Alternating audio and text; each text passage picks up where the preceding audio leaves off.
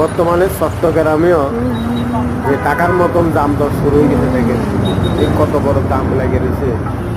শুধু এদের park building মোড়ে এই দামটা বাজে। দেখেন মানুষের কত ভোগান্তি। টাকার মতন এখন চট্টগ্রামে এত গাড়ি হয়েছে, গাড়ি জায়গা দিকের মতন জায়গাই নেই। আর মানুষে বলতেছে মানুষের কাছে বলে টাকা নেই। এক একজন এখন গাড়ি কিনে, কিন্তু এখানে কোনো পার্কিংয়ের জায়গার ব্যবস্থা করে না। রোডের সাইডে গাড়িগুলো দাঁড়ায় থাকে, এই কারণে শুধু এই জামদরটা লাগে। আসলে প্রত্যেকটা মালিক 3-4টা 5টা গাড়ির মালিক হয়, 10টাও হয়, কিন্তু একটা পার্কিংয়ের জায়গা কিনে।